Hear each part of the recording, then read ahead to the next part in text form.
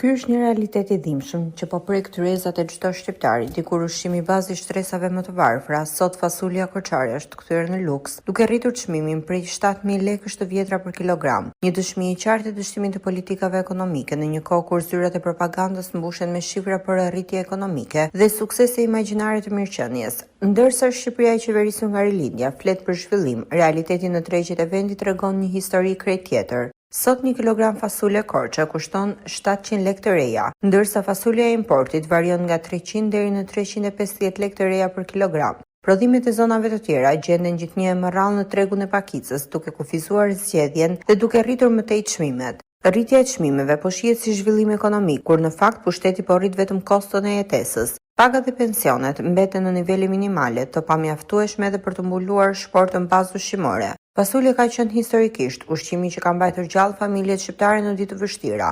Sot me 7.000 lekë të vjetra për kilogram, kjo qeveri ka arritur ta kthejë në luks edhe pjatën më modeste. Kjo nuk është rritje ekonomike, por zhvatje sistematike, sepse kur fasulja kushton sa mishi, fitoria e vetme e kësaj qeverie është varfërimi i suksesshëm i popullit të saj.